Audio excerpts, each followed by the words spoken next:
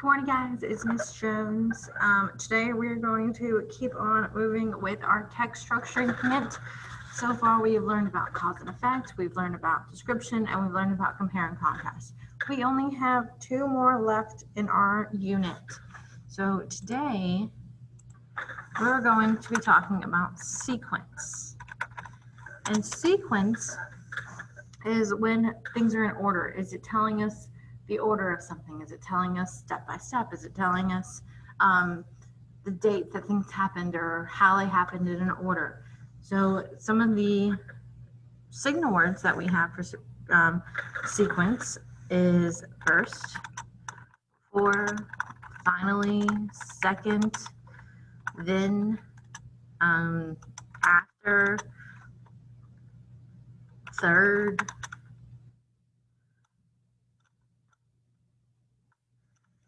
words like that. So words that tell us that something's happening, or this is happening after this, or this was the first thing, this was the last thing. So those are the kinds of words we would look for. There's more than that, but those are just an example of what we need to look for. So make sure you look for dates. Dates are important. We need to also look for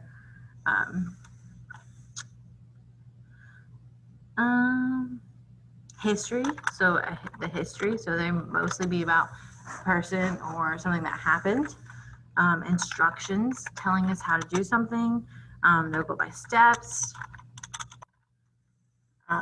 Think about when we talked about technical text a few weeks ago. We learned about the technical informational text and how it tells us how to do something step by step and things like that.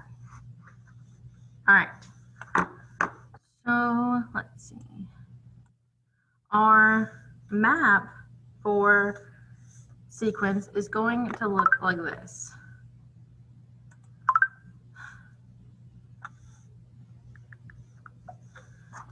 Let's see. Oh, that's why you can't see that. Okay, try now. So we'll have a box, maybe another box, and then I have an arrow telling us, oh, this is the order it's going. So we're going in this order. So if it were to be how to build a peanut butter and jelly, how do we build a peanut butter and jelly? We get our bread out.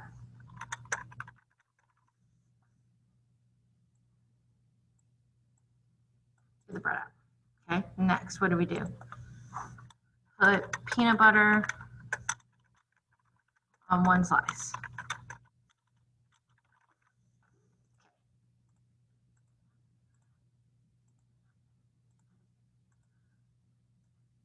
Put peanut butter on one slice. Oh no.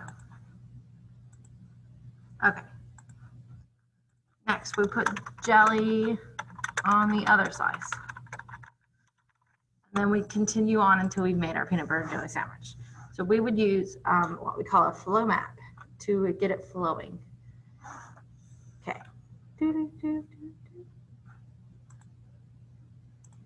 All right, so our first story that we're going to look at is called The Fire.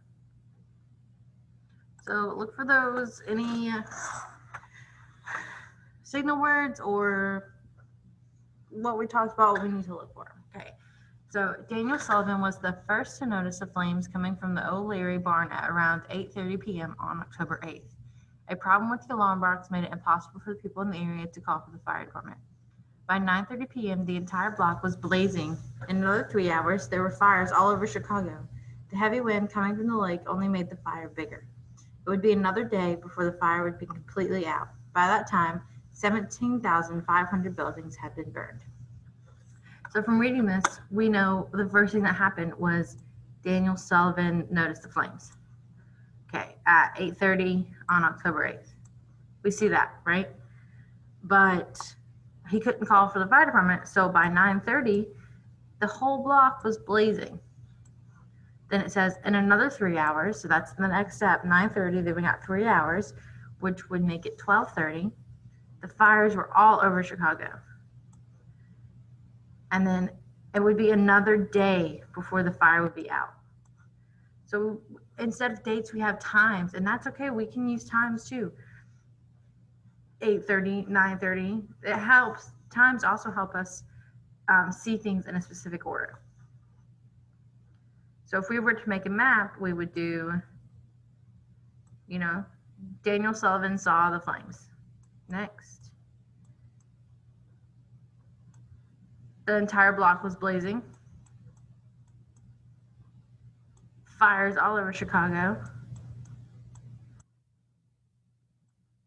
It would be another day before the fire was completely out. And then one more. That's the last one right here. 17,500 buildings had been burned. And that would be our flow map. Okay, let's go down to the next one. This is about Harry Houdini. Harry Houdini was born in Hungary in 1874 and moved to Wisconsin when he was 4 years old. As a young boy, he became captivated by magic when he saw a magic performer. Harry directed his energy to becoming a magician, but some of his first shows were a flop. After 5 years, he almost gave up, but the needle trick changed all that. In this trick, he swallowed needles and thread and coughed them back up with all the needles threaded to their eyes. Harry was on his way up. Harry went on to perform amazing stunts and tricks, including 1910 escaping out of the mouth of a cannon just before it blew up.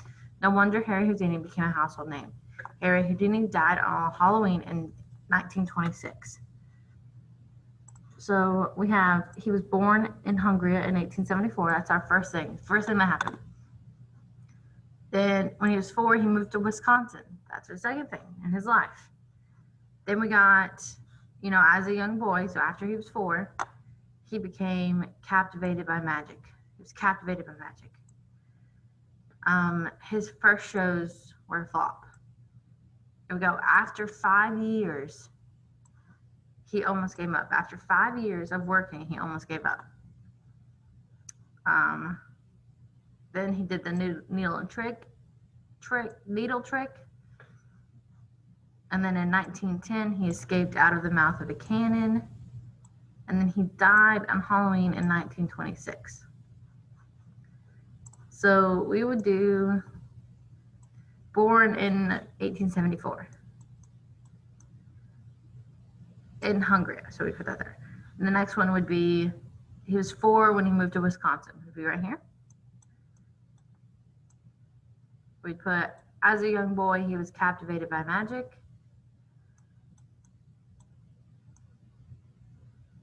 His first shows were a flop, so after 5 years, he almost gave up. Then we have the needle trick. The needle trick changed that. 1910, he escaped out of the mouth of a cannon, and then died in 1926. So we would just list all the things that we saw happen in this story. All right, let's see.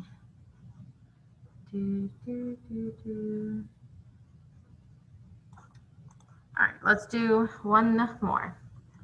Wood thrush baby birds. Male and female wood thrushes build their nests in late spring. The eggs take about 13 days to hatch. After the babies emerge from their eggs, both parents try to help to feed them. The parents take care of the young birds for about a month. Then the little fledglings are ready for life on their own. So we've got, they build their nests in the late spring. The eggs take 13 days to hatch. After, that's one of our words, the babies emerge from the eggs. Both parents help to feed them. They take care of the young birds for about a month.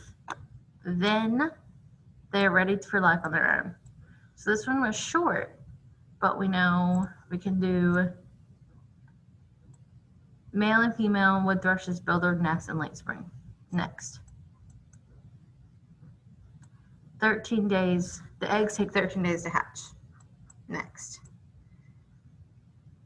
After they hatch, the parents help feed them.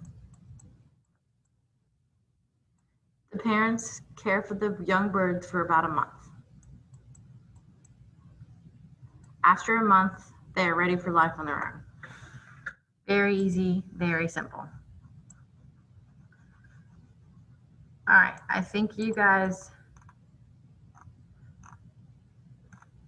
let's look at this one real fast. I'm not gonna read it, but like, look, sometimes we'll have things like this where it'll contain the dates. So this would be February 19, 2007, March 1st, March 10th. So then you could do your boxes based on the dates. This would be for the February 19th. This is what happened. This is for March 1st. This is what happened then. This is for March 10th. This is what happened then. So you see, sometimes it'll be super easy and the dates will already be given to you. Now, what you guys are going to do is you're going to go over to your worksheet. And just like the past few days, you read this passage and then you fill out your chart. So your flow chart. Read it, fill it out. Again, read your passage, fill out your flow chart. Very easy.